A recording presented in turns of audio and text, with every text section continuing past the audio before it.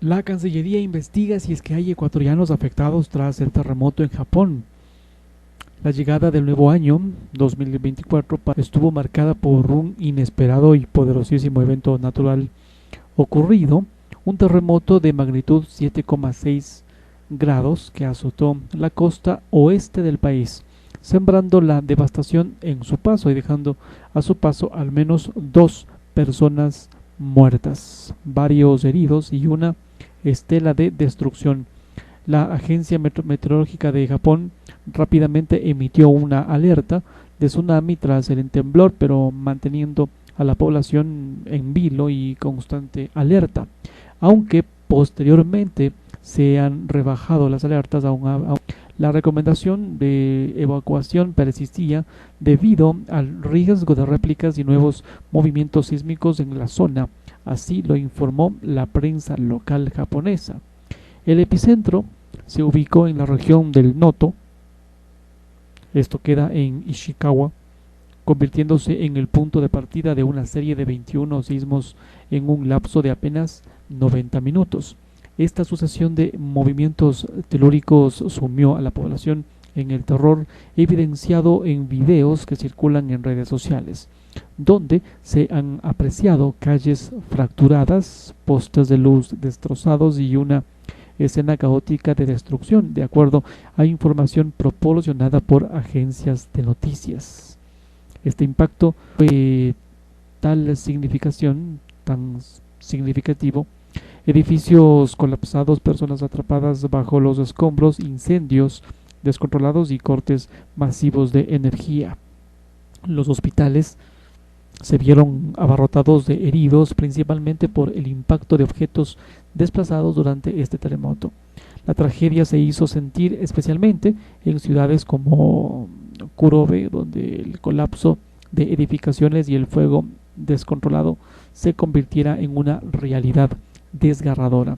En otras áreas se han reportado derrumbes en viviendas y un número considerable de desplazados y evacuados. Cortes de servicio. A pesar de la magnitud, las centrales nucleares no han registrado daños significativos, brindando un atisbo de alivio en medio de la crisis. Sin embargo, alrededor de 30.000 hogares se quedaron sin suministro de energía allá en Ishikawa, con áreas específicas reportándose cifras preocupantes de viviendas sin luz. El miedo persistió debido a la posibilidad de nuevos deslizamientos, hundimientos de edificios y además amenazas latentes de réplicas durante los próximos días. La población se mantendría en alerta, refugiada en zonas elevadas ante esta advertencia de nuevas olas de altura significativamente en las zonas afectadas. Por su parte, Cancillería habilitó línea de contacto en medio de esta tragedia. Países como el Ecuador, han mostrado su solidaridad tomando contacto con sus ciudadanos en Japón para garantizar su bienestar y ofreciéndoles apoyo en caso de cualquier emergencia.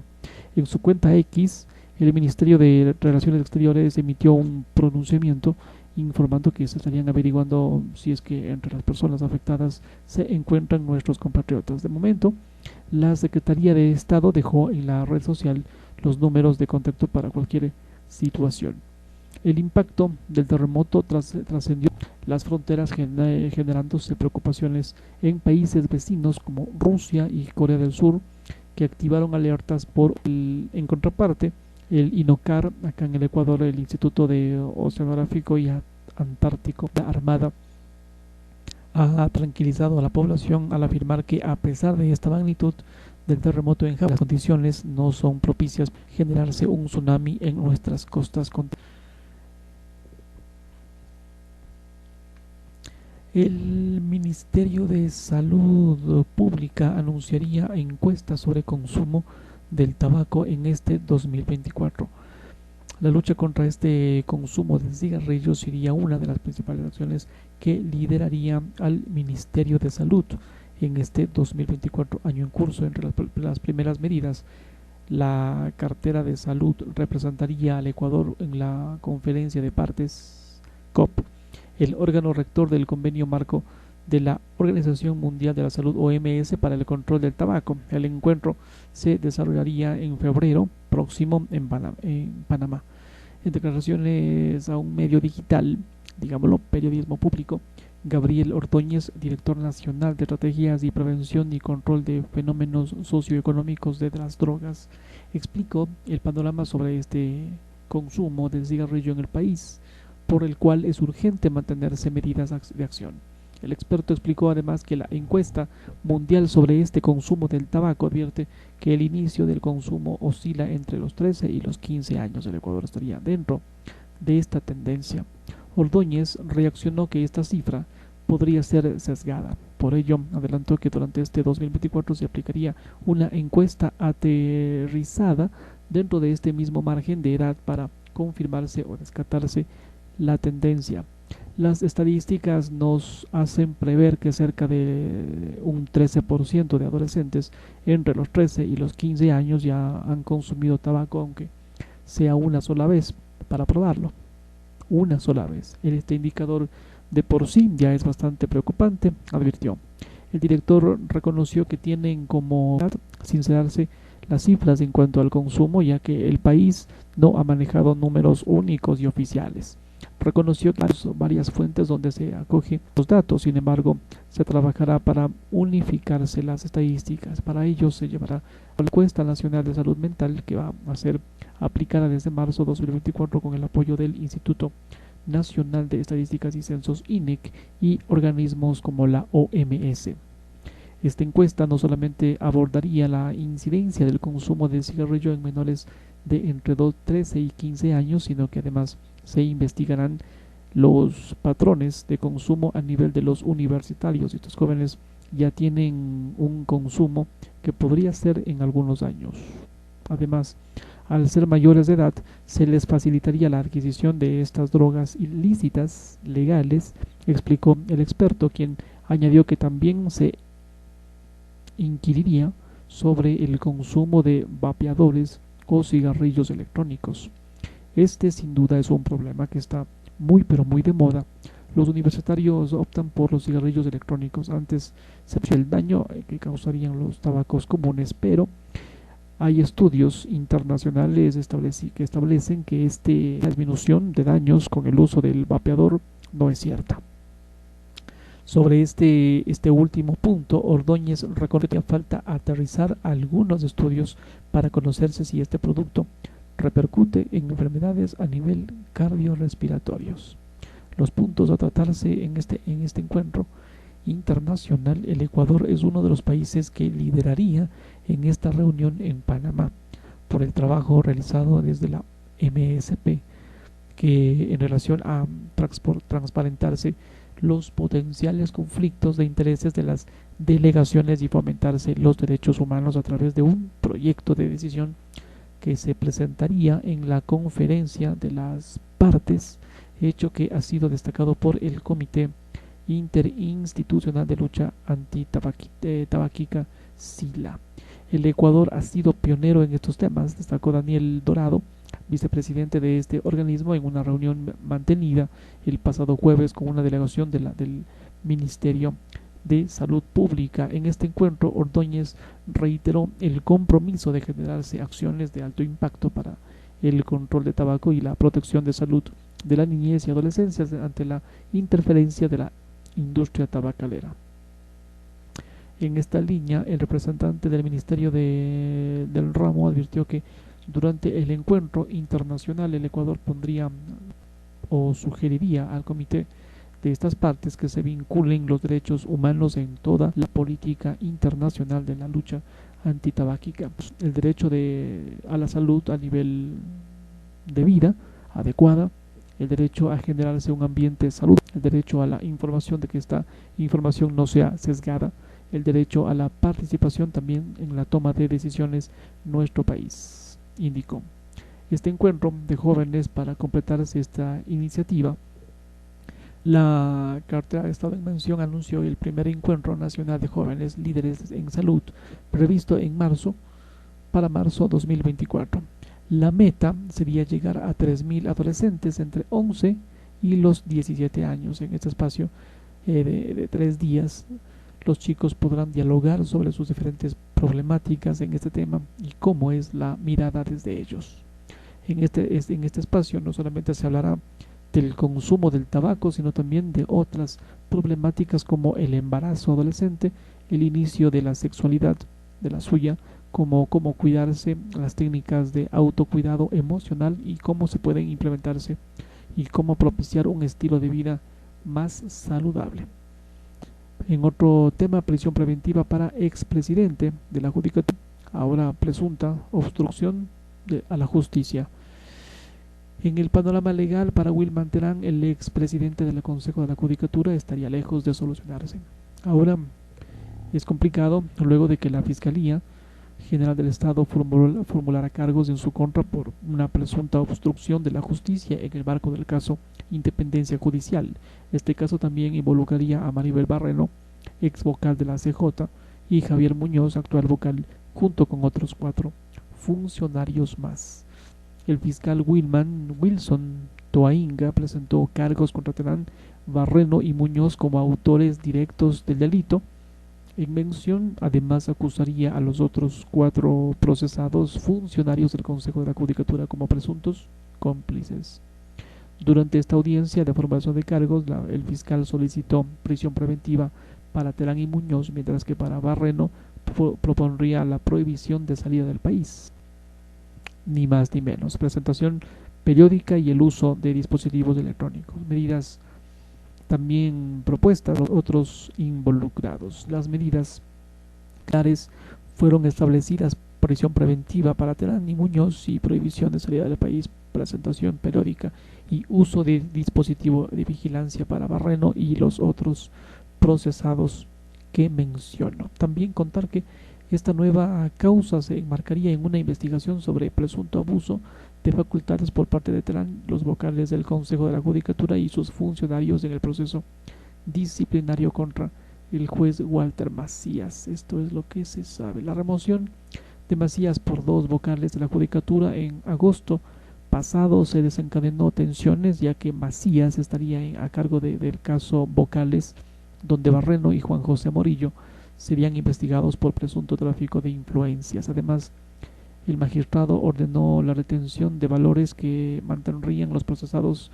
en cuentas de ahorro y corriente y en pólizas de inversiones, y la prohibición de transferir y enajenar bienes a que estén a su nombre. El juez también concedió medidas de protección a favor del juez Walter Macías, el fiscal general subrogante Wilson Toainga y la fiscal Alexandra Zurita, detalló la fiscalía. El inicio del proceso, caso Independencia Judicial, se inició el 11 de mayo del 2023 por una obstrucción de la justicia vinculada al caso Las Torres, donde el ex contralor Pablo Celi fue sentenciado en primera instancia, y el caso Vocal se relaciona con el presunto tráfico de influencias de Juan José Morillo y Maribel Barreno. Para Terán, quien ya estaría cumpliendo prisión preventiva por el caso Metástasis desde el 14 de diciembre, esta sería pues una segunda medida cautelar. Por su parte, Javier Muñoz enfrenta otra investigación por lavado de activos tras allanamientos realizados en mayo del 2023, lo que esto resultaría en la retirada de apoyo por parte del ex presidente de la República, Guillermo Lasso, y la revocación de su visa para ingresar a los Estados Unidos. La creación de empleo, alza de pensiones, bonos. Novoa podrá cumplir sus ofertas. Entre las propuestas económicas y sociales del presidente electo, existen algunas viables y otras improbables que se cumplirían a corto plazo. Los incentivos a las empresas para crearse empleo, pensión de jubilación mínima equiparable al salario básico y un bono para las madres embarazadas son algunas de las ofertas en campaña. Pero, ¿estas propuestas son viables o no? Con un presupuesto estatal deficitario y otras urgencias sobre la mesa, como la crisis de seguridad y el fenómeno del Niño. A continuación, un análisis. más empleo con incentivos al sector privado. ¿Qué significa esto? Con una tasa de empleo adecuado que no superaría los 35%, creo yo, y cerca de 300.000 personas en el desempleo. En agosto del 2023, el tema laboral es una de las mayores preocupaciones que tenemos. Novoa plantea trabajar en 4 ejes. 1. Promover inversión en sectores estratégicos mediante incentivo fiscal o un fondo gubernamental para proyectos en áreas como tecnología, energías renovables, turismo y agricultura. 2.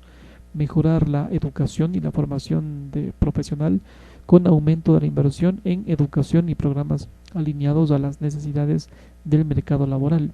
3. Estimular la creación de pequeñas y medianas empresas, pymes, al ser una fuente de empleo. Facilitar el acceso al crédito de las pymes, crear un programa de desarrollo de infraestructura concentrado en áreas como transporte, energía, agua y saneamiento. El objetivo sería fomentarse la creación de empleo para la construcción de operación y mantenimiento de estas áreas, obras. Novoa dice también que se actualizaría con regularidad el salario básico, sin embargo no ha detallado cómo, cuándo y por qué y a qué momento. Además, que en su campaña electoral prometió bajar impuestos a empresas nacionales y extranjeras que contraten mano de obra nacional. Para el economista Alberto Acosta Burneo, la única vía para promoverse el empleo sería incentivar la inversión productiva desde el sector privado. Por eso aplaude mucho la línea por la que iría Novoa.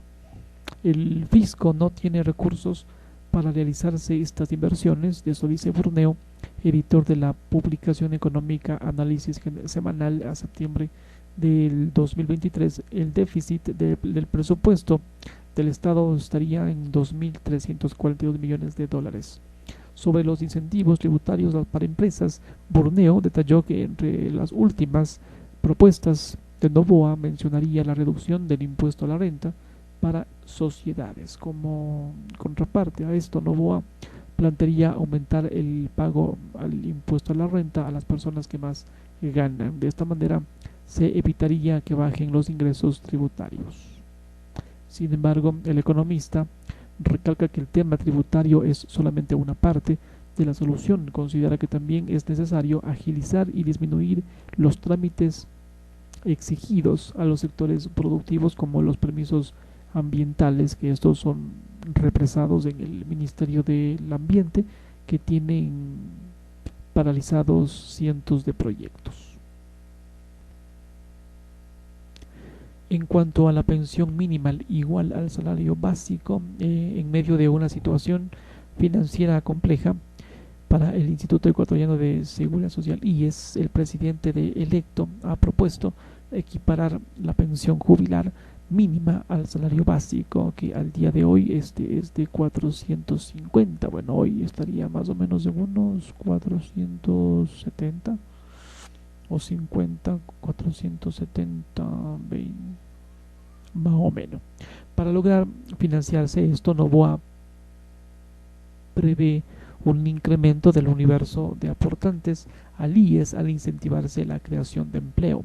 Actualmente los ingresos del IES son insuficientes para cubrir el pago de pensiones, por lo que dependería mucho del aporte del 40% del Estado para cubrirse estas prestaciones. Para cuando habría atrasos del Estado, pues ahí el seguro se vería obligado a tomar de sus ahorros del fondo de pensiones, lo que esto equivaldría a un riesgo al pago de jubilaciones futuras.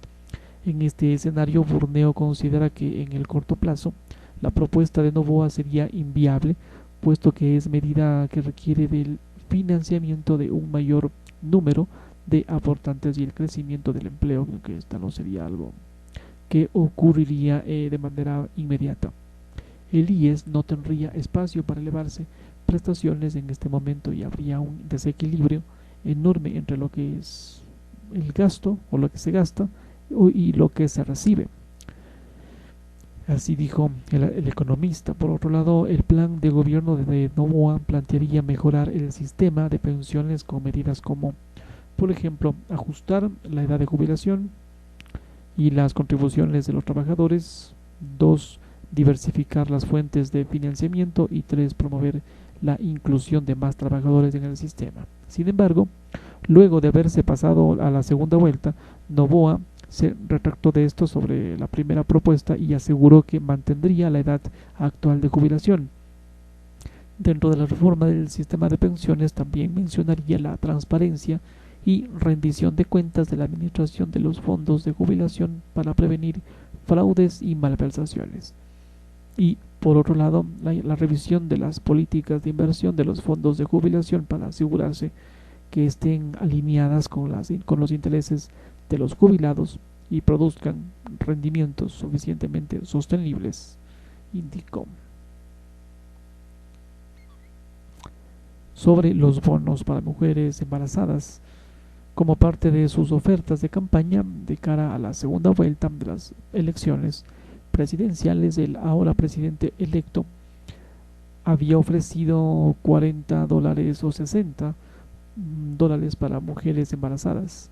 El objetivo de este bono sería garantizarse la alimentación de esa forma combatir la desnutrición crónica infantil. Sin embargo, actualmente ya existe este subsidio similar al bono Infancia Futuro o de 1000 días lanzado por el gobierno anterior a mediados del 2022. Se trata de una ayuda económica que recibirían las madres desde el embarazo hasta los 2 años de edad del hijo.